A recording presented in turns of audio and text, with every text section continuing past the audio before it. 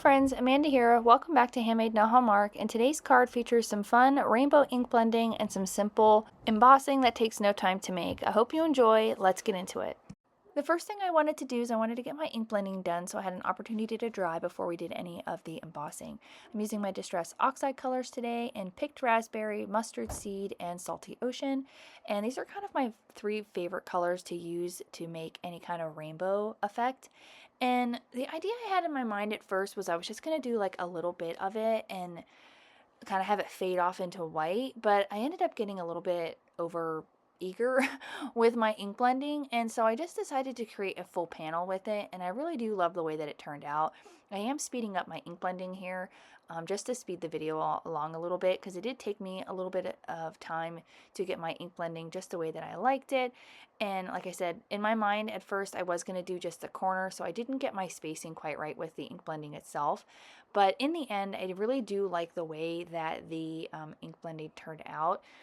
It's a really soft kind of rainbow effect. I don't do a whole lot of rainbow sort of coloring, but I really do like doing it this way. I love doing like an ink blended background. You can do a whole panel. You can take this panel and cut it up into pieces and, you know, create a bunch of different cards with it. So there's lots of versatility behind doing an entire panel as opposed to doing just a small one. So I have a whole panel here that I can use and use in multiple ways. So I'm just going to go ahead and get this ink blending done, and it's going to look splotchy. It's going to look really bad just because as it dries, it kind of evens out a little bit. I wasn't super concerned about that because I am doing embossing over the top of it. So, and my camera does kind of make it look really, really bad here, but it does look really nice after it's all nice and dry. So I'm just kind of lining up how I want to cut this, and then I did go in and I spritzed it with some shimmer spray just to add a little bit of interest to the background, and then I'm going to hit it real quickly with my heat gun just to kind of speed up the drying process just a little bit. And then I'm going to work on the greeting itself.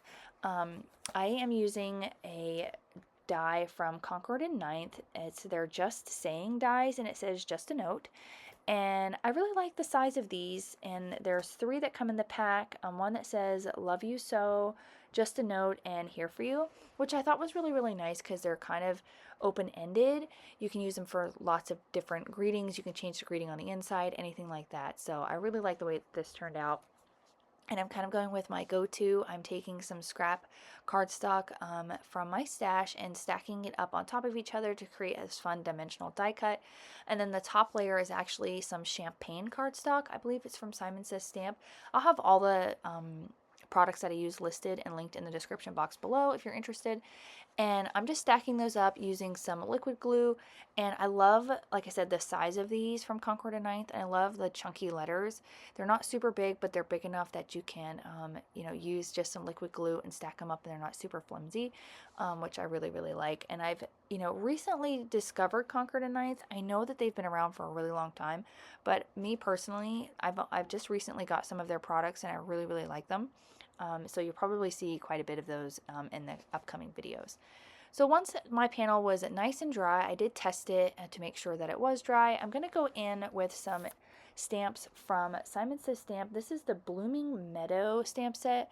It's a little bit older. I'm not really sure when it came out, maybe 2021. But I've used this in the past, and I really do like it. I really like the idea that you can have the outline layers, and then you also have the layers that you can stamp on the inside, so you can do quick cards that way. You can do coloring, anything like that, which I think is really fun. I've done it several different ways, and I like how they turn out. So I'm just taking all of the outlines, and I'm going to do kind of like the side of my card panel, and I'm going to emboss it in white just to create an illusion that there's something there.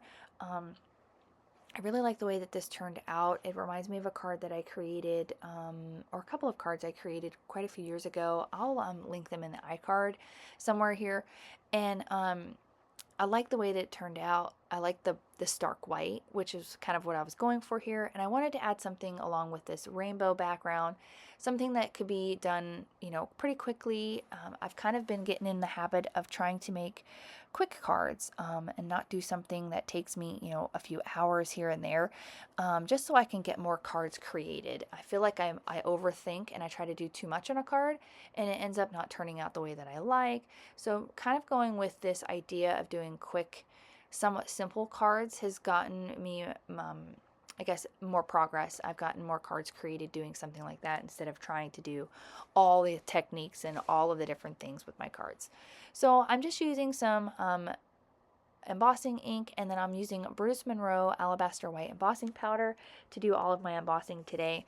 And I'm just going in with a dry brush and brushing away any of the embossing powder that's stuck where I didn't want it. And then I'm just going to hit it with my heat gun. I want to make sure my heat gun's nice and hot so that it melts that embossing powder quickly and doesn't burn my cardstock at all. So once I have that nice and melted, I'm going to go in and add some more images along with these. I love that there's like a little blossom. There's some open flowers, there's some closed flowers. There's also some nice leaf images, and there's a few greetings as well that you can use. And this set, this set does come with dies. It cuts out all the floral images, all of the outline images, and then there's also like images that you can do like solid stamping, which I think is fun. So I'm going to go through, pick out a couple more things I want to add to this side kind of, I guess it's kind of like a sweeping thing. I'm not really sure what you would call it. But once I decided what I was going to do here, I ended up adding some of the leaves. I added one of the little blossoms, and then I did add another one of the kind of folded up blossoms near the top. And I really like the way that it turned out. I think this is a fun card that you can definitely use this idea multiple different ways. You could do, if you're not really into the rainbow thing, you could definitely do kind of like a gradient look with, you know, like go from like pinks down to whites, or you could do blues down to whites. You could definitely change up the color scheme to go with whatever card idea or whatever theme of color that you're trying to go with. So I just sped the process up a little bit here. It was just kind of me doing the same thing, aligning up my little stamps and hitting them with some embossing powder. And I did fiddle with it quite a long time before I was actually happy with the way that it looked. So I just cut that part out of the video. You didn't miss anything there. I was just kind of figuring out where I wanted to place those last couple of stamps. So once I have those all placed, again, going to go in with that dry brush and just brush away any areas that I don't want to have embossing powder. And then I'm going to hit that with my heat gun, and we can get into creating the rest of this card.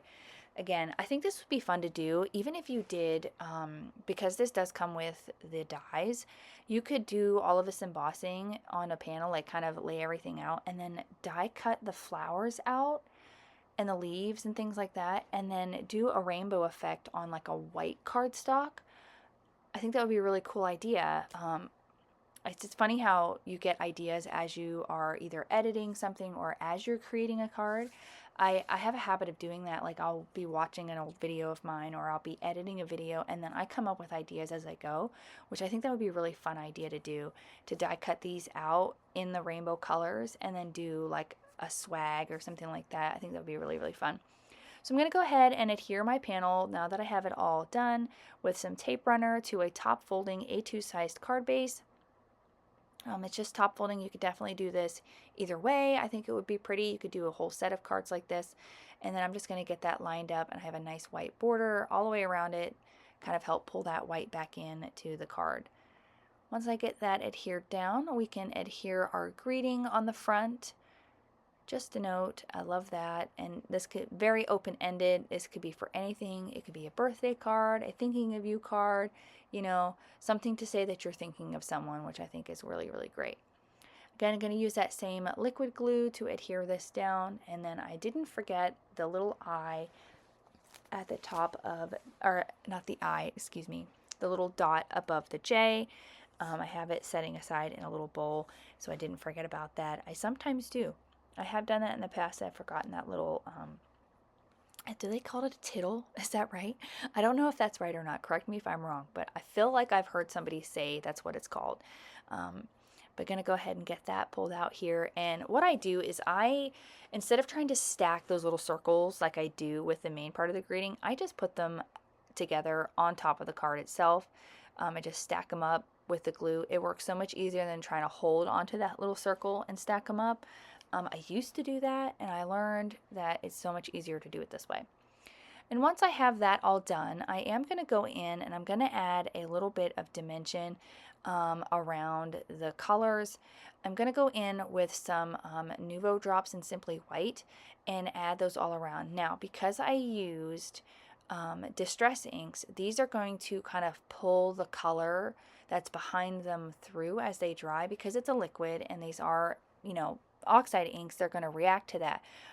I wanted it to be white like the rest of the card, but in the end I really like the way that it turned out. I think it was really neat how those are kind of gradient the same as the rest of the card, so they almost look like they're, you know, own customized embellishments, which I think is fun.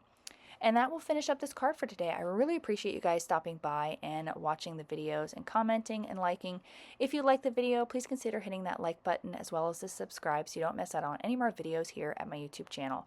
I hope you have a great rest of your day, and I'll catch up with you again real soon. Bye!